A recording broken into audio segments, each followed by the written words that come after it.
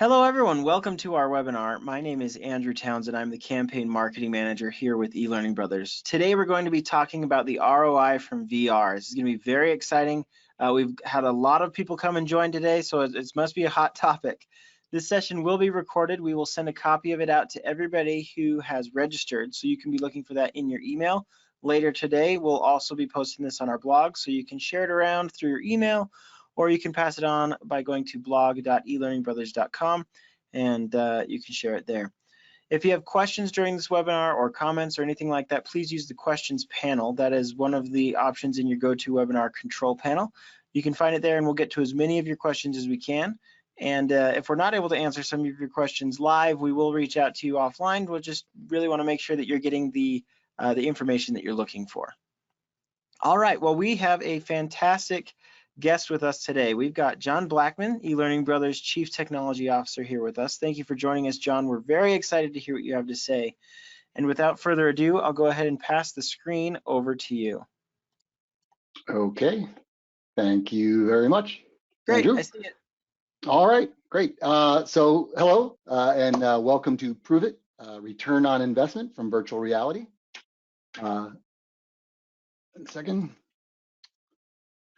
My name is John Blackmon, and I'll be your presenter today. I'm the, as Andrew mentioned, I'm the CTO of eLearning Brothers, and I'm also the original creator of both Lectora and Scenario VR. So you may be familiar with some of the things I've done. So let's dive right in. First, we're going to talk about immersive training and why it's important. Immersive training has many benefits over traditional training. Really, to start with, you definitely have 100% of a student's attention when they're in VR. This guy is not checking a text message or looking at Instagram right now. He's definitely completely involved when in that headset. And even when you're using an interactive 360 web experience, you're still highly involved with the immersion, so you're more likely not to be going off and doing other things. Retention rate is another big benefit. We've all heard of the forgetting curve. Now, with traditional learning, after a week, you remember about 20% or less of what you've learned. So, unfortunately, as I'm going through and giving this presentation, you're only going to remember about 20% of it next week. Let's hope it's the right 20%. Immersive learning is different. There was a study done recently down here at the Miami Children's Health System in which the retention level a year after VR training session can be as much as 80% compared to 20% retention a week after with traditional training. So you say, why is that? Why is it so different? I mean, a massive difference. Well, you can think of it like the difference between driving a car to your destination or being a passenger on that same trip. When you're actively driving, you're immersed in the experience and you generally remember how to get there. This is because when you're actively involved, your brain stores that information differently. You may not remember the street names or all of the details, but you can generally get back in that car and get to where you need to go. If you're a passenger, you're lucky to remember much about the trip at all. Your experience is entirely passive, and passive memory is kept in a different area inside your brain. Engagement rate is also a huge part of the experience. Interactive 360 and VR are very sticky experiences, meaning your users will want to work with your content. So imagine that, having your students actually wanting to take your content. Sounds like a good thing to me and something we all should experience more often. And probably most importantly, VR gives you the freedom to fail. One of the taglines we use with Scenario VR is that mistakes made in virtual reality are mistakes not made in reality. Your user can freely turn that switch or set the wrong temperature, and they won't cause an entire day's worth of production to be lost. The best way to learn something is to fail first and then get it right. And VR allows you to do that without suffering the consequences.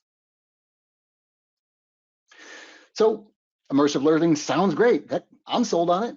But anytime you want to try to bring something new in, you're always going to want to have to cost justify it. I mean, you may be able to easily show that the methodology is better, but you really need to show that in the long run, it won't cost you money, it will actually save you money. And trust me, it's always easier to get your manager's approval to save money than it is to get them to approve spending money. At least that's been my experience in the past. So today we're going to look at 3 clients from 3 very different business categories, all with different learning objectives. First, there'll be Fendi, who wanted training for health, safety, and preventing theft in their stores, which was proven to be a big issue for them. Then CISCRP, who run live conferences to increase public clinical research literacy, and Vanderbilt University, who, among many other things, trains nursing students on how to use ultrasound equipment. What they all have in common, though, is that they used immersive learning to achieve their goals. So we're going to start with Fendi. Some of you may be familiar with Fendi, and some of you who are potentially as fashion challenged as I am might not be, but they are an almost 100-year-old luxury fashion brand based in Italy, with about 280 stores worldwide across 32 countries.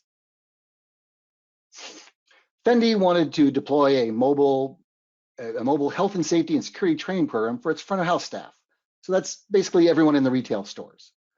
We had a long list of topics, 9 topics actually in total, many of which would be the things you'd think of in retail: fire safety, first aid, theft, other things as well. But theft, however, in this case really stands out because of the high retail value of Fendi's line of products. Any reduction in theft could have a great impact on the bottom line for the company. So given the fact that they are a large multinational retailer, it presents some pretty big challenges with this kind of training. Their audience is around 1,800 customer-facing staff in 280 stores across 32 languages, 32 countries, speaking 11 different languages. They ended up hiring a company called Video Interact in London to create the course. You may be familiar with Video Interact's work from seeing them in the public area of Scenario VR. If you actually just go to the public area and click on Video Interact, you'll be able to see a lot of their work. They have a showcase of solutions they've created for their customers.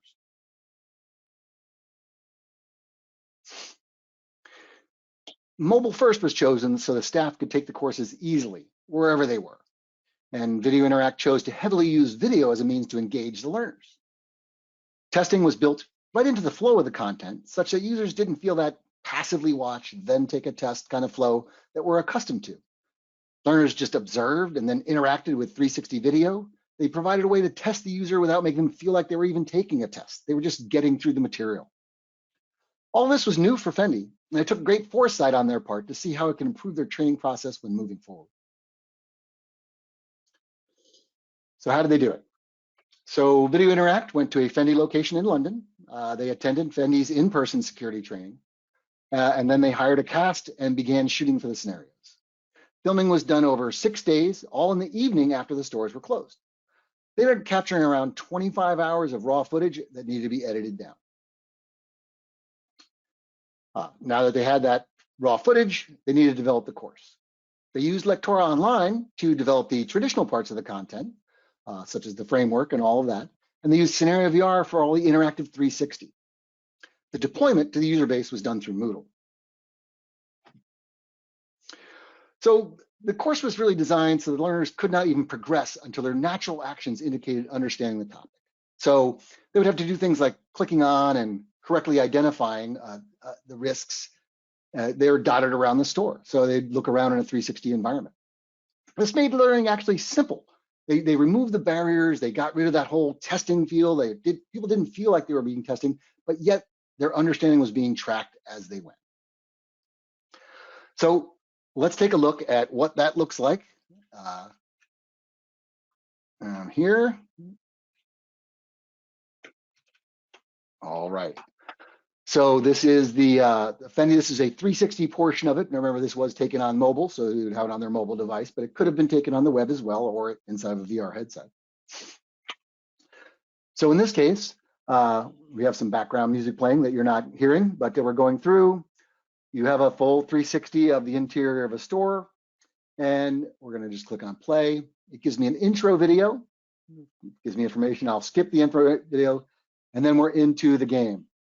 We now have 28 seconds to find all of the things that are wrong here. So first, we're going to click on this empty area here, and it's telling me why right now, why this is wrong. So I got that right. Note the timer stopped while it's explaining it. This drawer should definitely not be open. Again, it's giving me that information. She is not doing anything there, she's hardly even looking.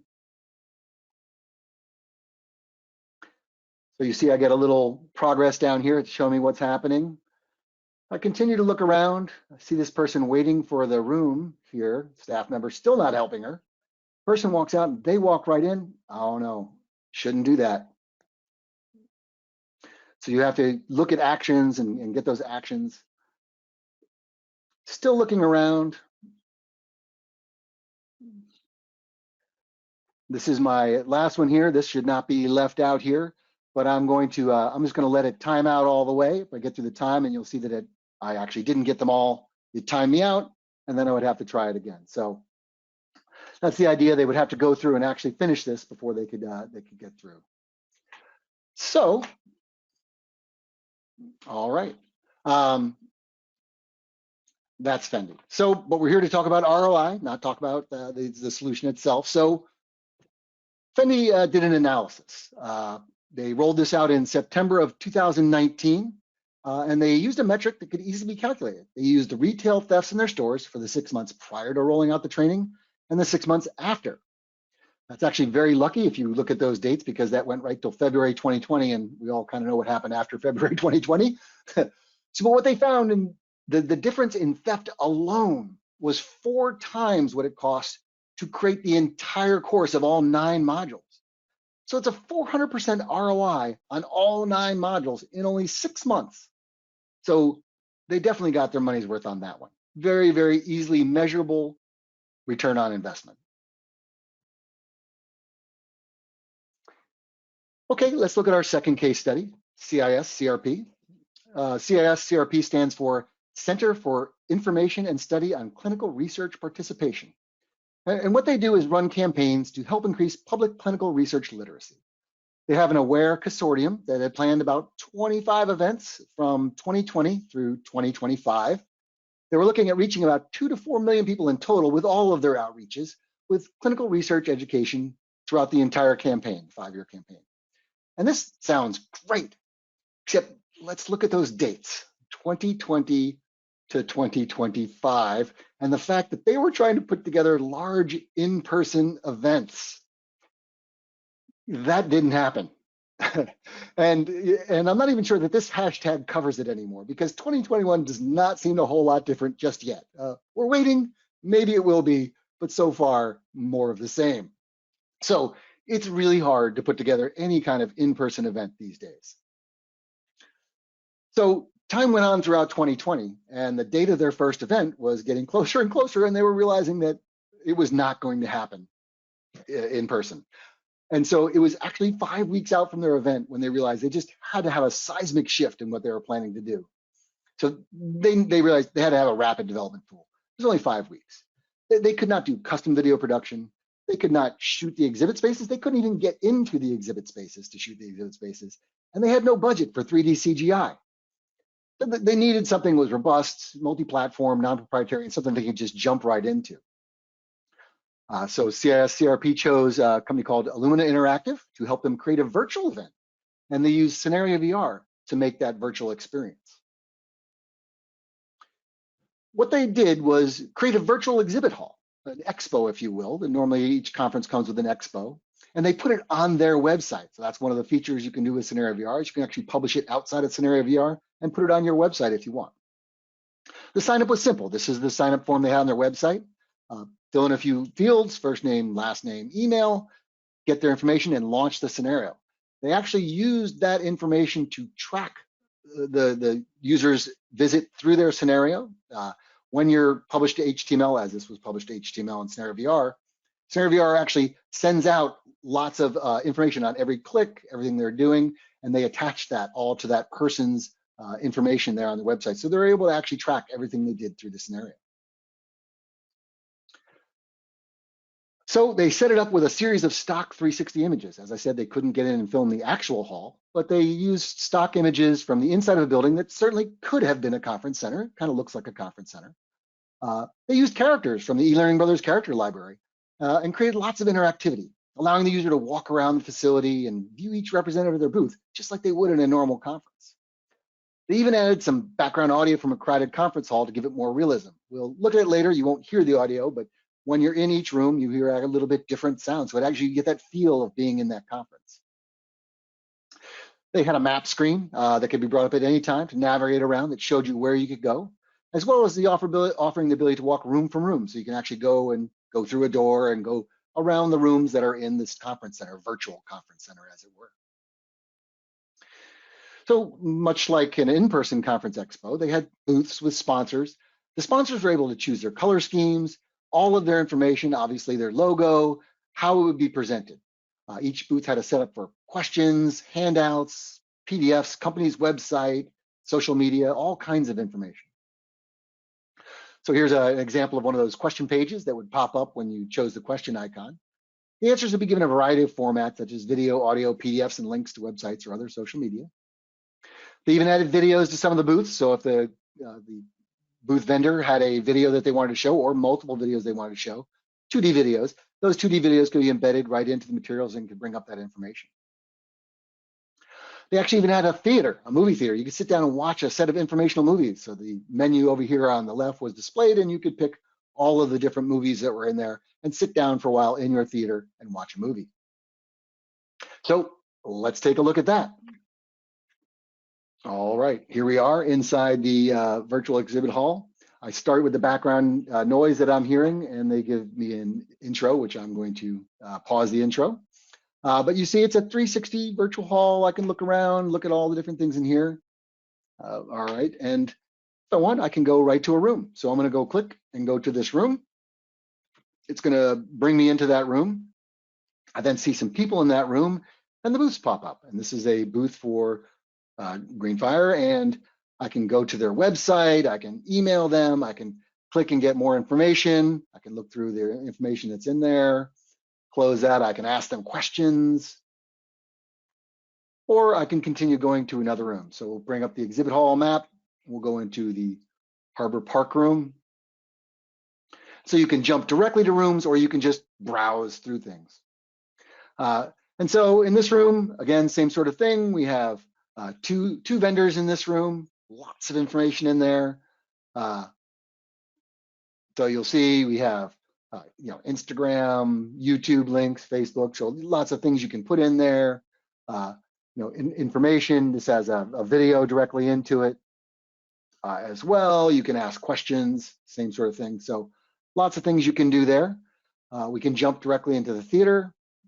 So once you jump into the theater, you're seated in the theater. It's kind of a cool environment to sit in. There are a few people sitting around you, and you can watch videos on the theater and select between the videos on the side.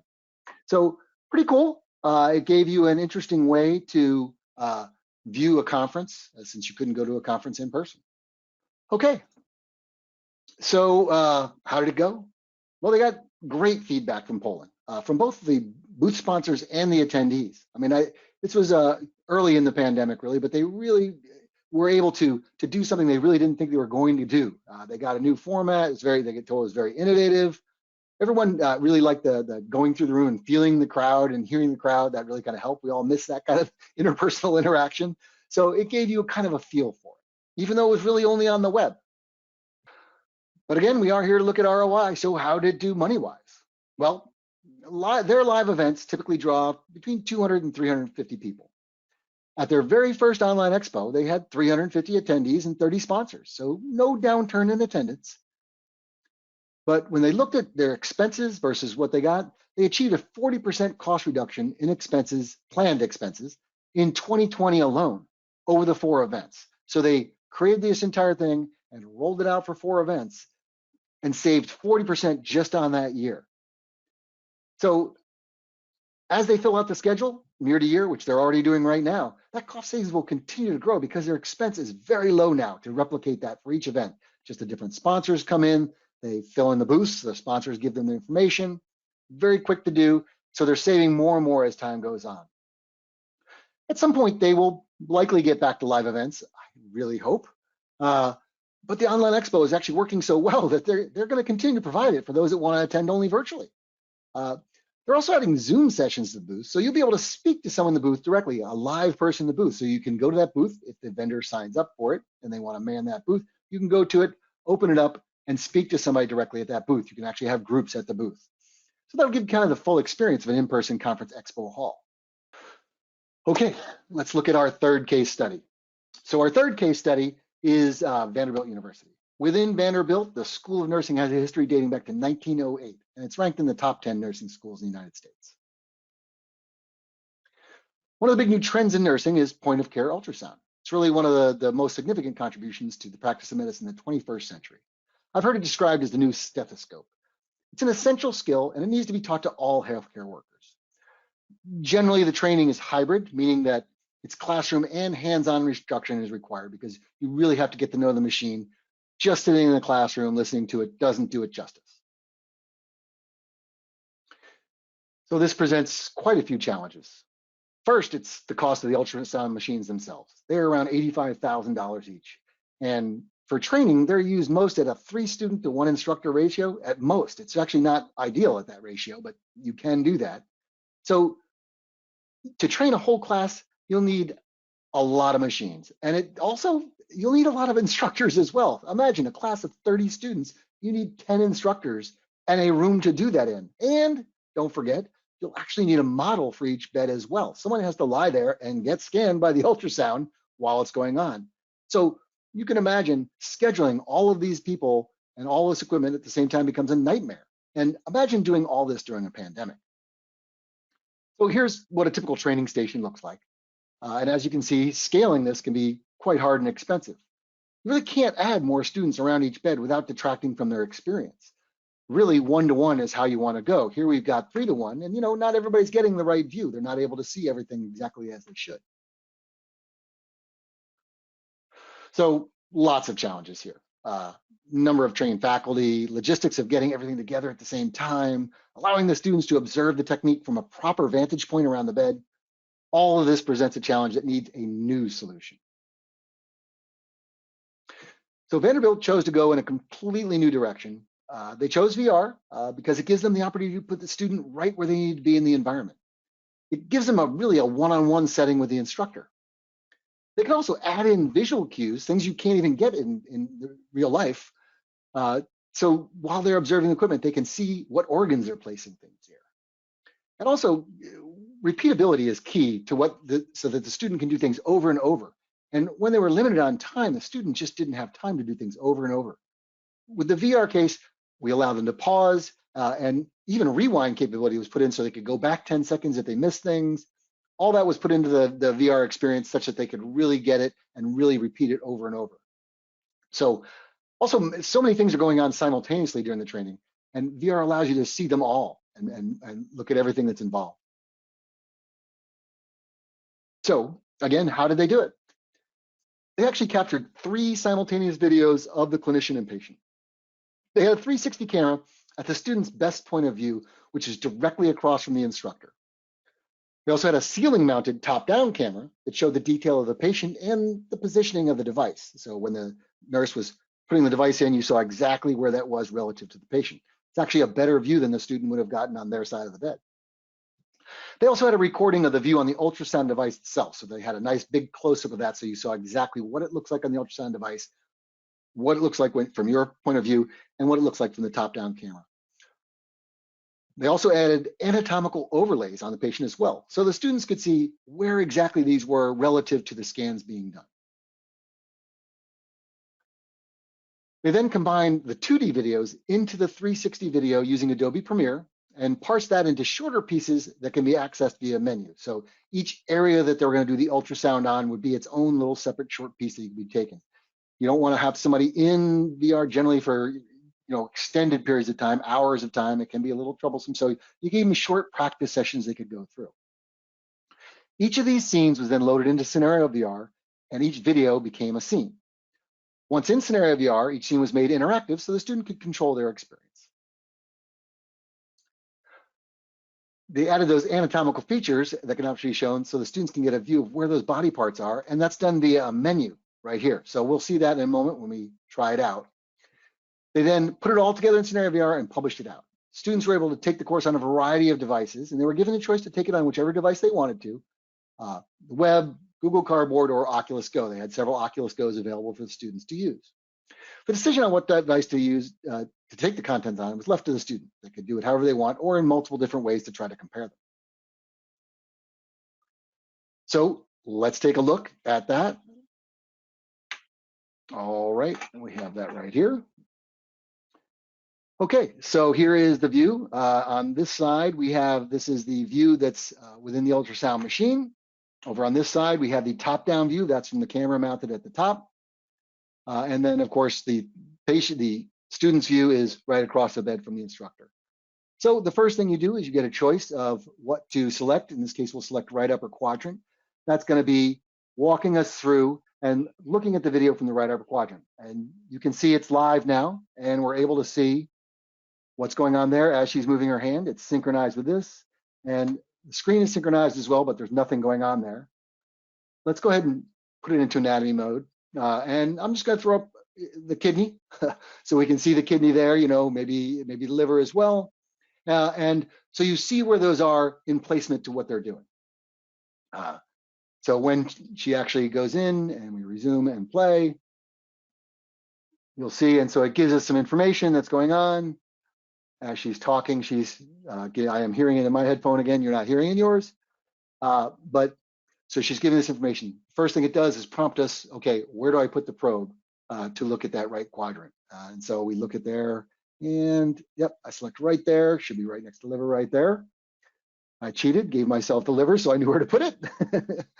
And you'll see once it goes in, the view comes up over here on the screen over here, because it's actually this screen over here, which you wouldn't see very well. This gives you a much better view of it right there.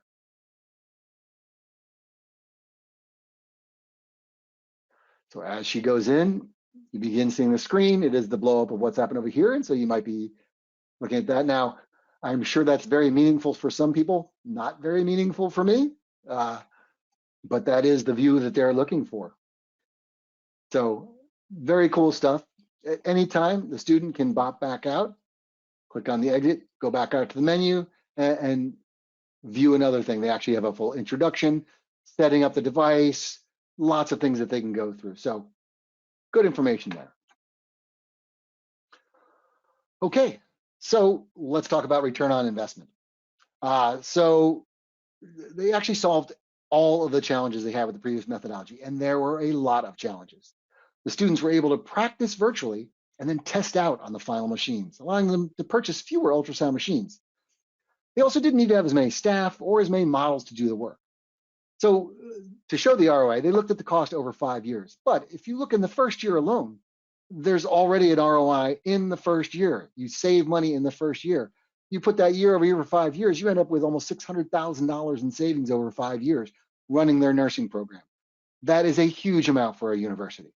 So absolutely, return on investment by using VR. So I think you can see that immersive learning not only makes good sense from a training perspective, it also makes a great case for your ROI. So thanks for taking the time to listen today. And now we'll try and get to your questions. Excellent. Thank you, John. This is great. We have a couple of questions. Is there a performance benefit for using Lectora with Scenario VR as opposed to, putting Scenario VR course inside of Captivate or Storyline? So Lectora understands Scenario VR. They're friends. And so, yes, there is a benefit. So when you put a Scenario VR, there is a Scenario VR specific object within Lectora.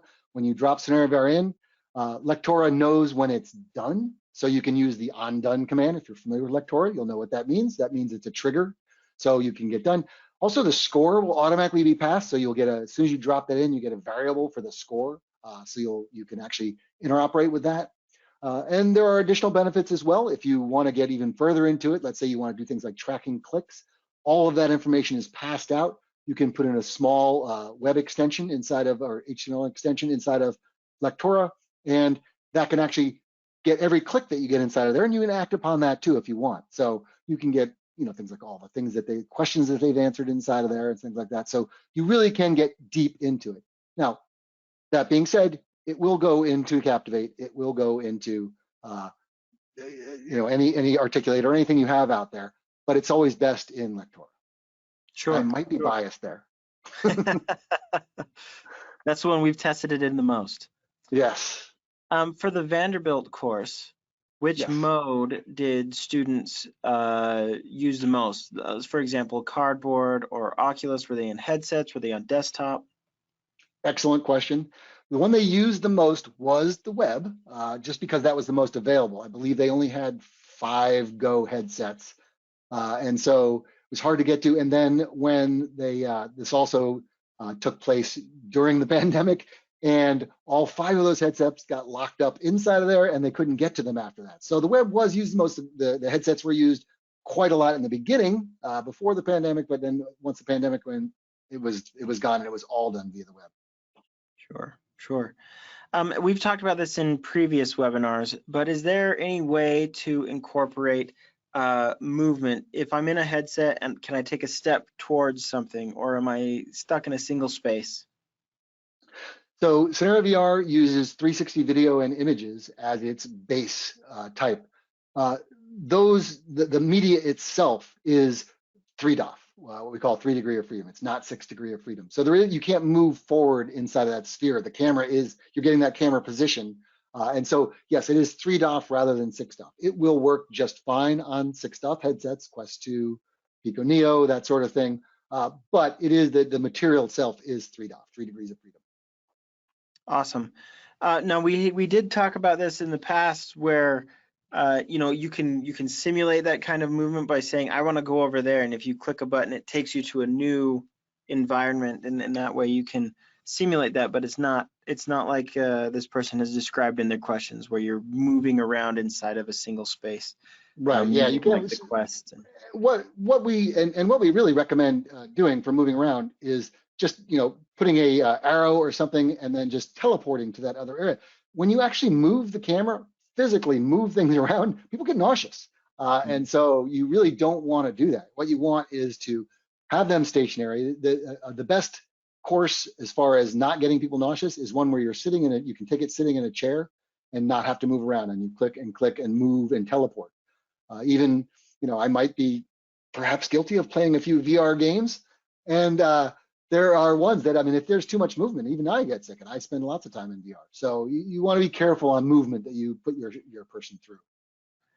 Excellent. Okay, when it comes to creating and generating VR content, these examples that you've shared, that content was captured by the developer, right? Not by eLearning Brothers. Correct. So if we were going to build, we can build VR courses custom for you. That is something our custom team can do, and in that case, we would capture it for you. But if you're just interested in using Scenario VR as a development tool, can you talk to us, John, about where and how to capture that content?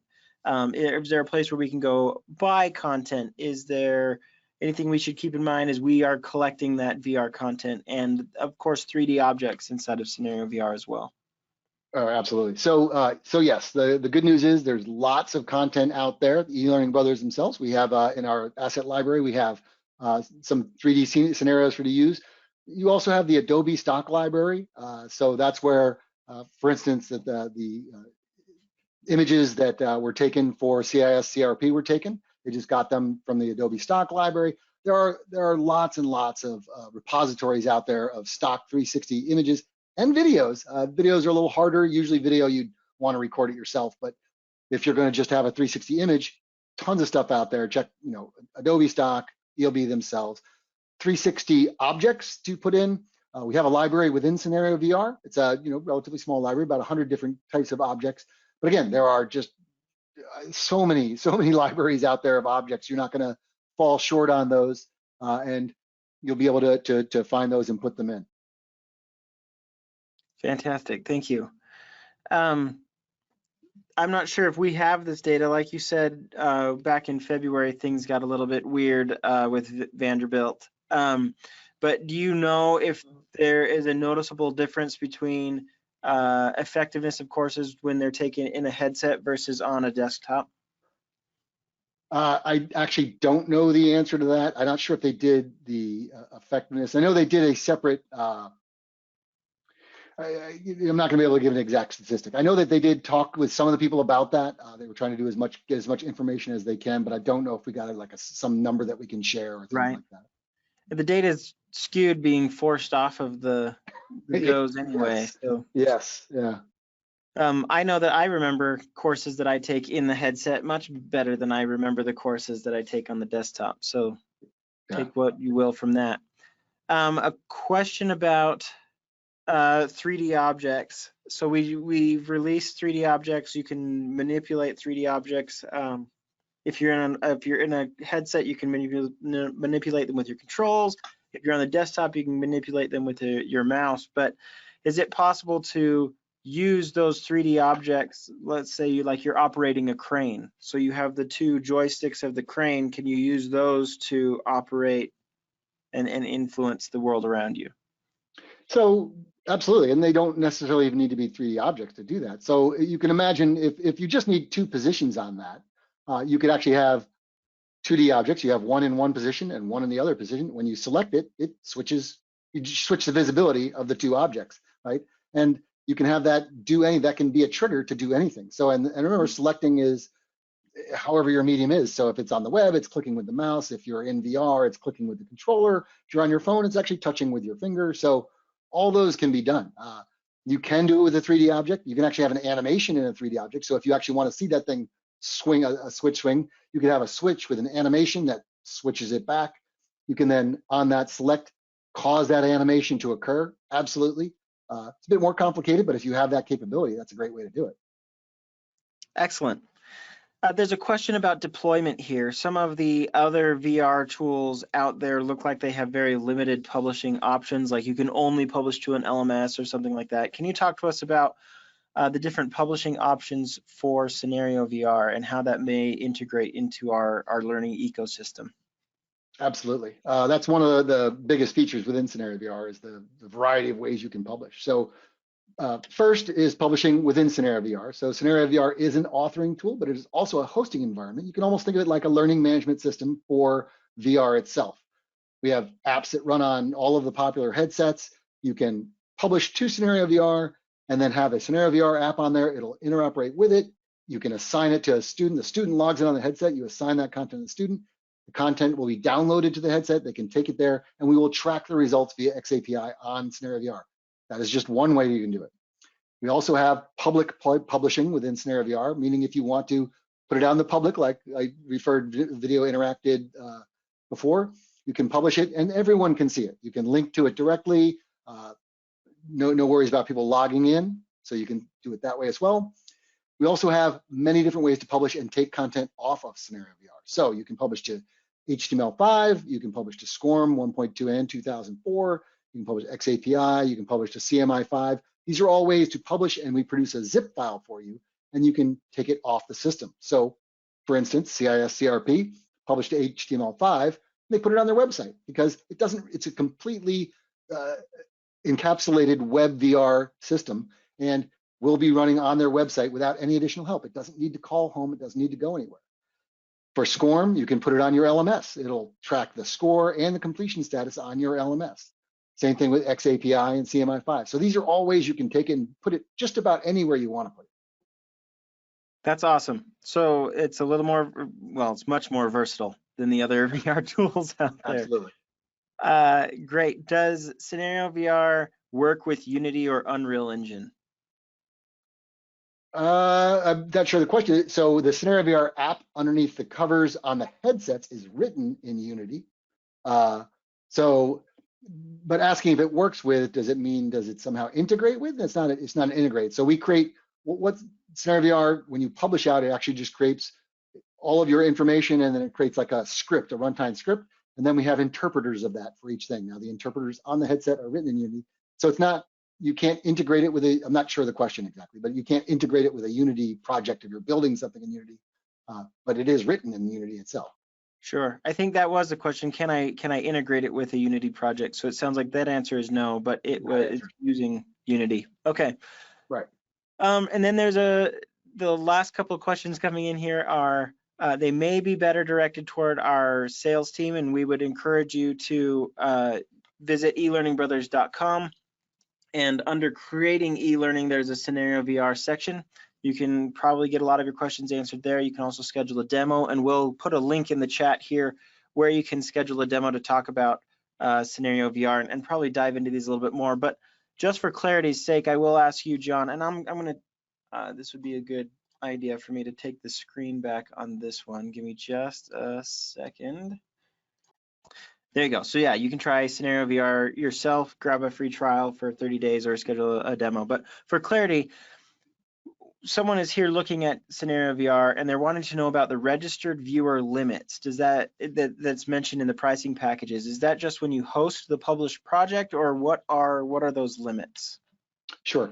So when you get a license of Scenario VR or a platinum license of the ELB suite, you get a single author with that license, and we get what we call 250 registered users. Those would be users on the Scenario VR system. That means if you, that one publishing option we talked about, which is publishing on Scenario VR using Scenario VR as an LMS, that's where those users will come in. Now you get 250 users. That means not only will they'll be able to log on the headsets, we'll also be able to track their information. You'll get analytics, lots of results on them for 250 users. You can purchase more if you want to do it that way, but that does not count against when you put it on your LMS and any of those other publishing options. Taking it off the system, it's unlimited. You put it wherever you want for as many people as you want. Is that 250 specific users or 250 users on at one time? Specific named users, because we track we track against those users' analytics and store their analytics for you. So 250 named users. For it being an all, yeah, for the LMS style reporting directly out of there. Correct. If I were to create a course, is there a time limit on my public publishing? Do I need a current license for content to live there? Can it live there indefinitely? If I publish a course, publicly, and then my account expires, will that course come down? That is correct. It comes down. So yes, as long as you maintain a license, anything you put on public stays in public. If you remove your license, it comes down off of public. All right, great. Well, thank you, John. I won't take any more of your time with questions. I do want to point out that you can get a free 30-day trial at eLearningBrothers.com of Scenario VR. You can also schedule a demo if you want to dive in and really see how it works and ask questions about the back end and things like that. Please do that in a demo. We also have the Rockstars community, rockstars.elearningbrothers.com, and there's a whole category in there about Scenario VR, and there's a ton of conversation happening in there, people building new cool things. We also have a contest going right now. If you'd like a chance to win 50 bucks cash, please go to the community and check out our contests.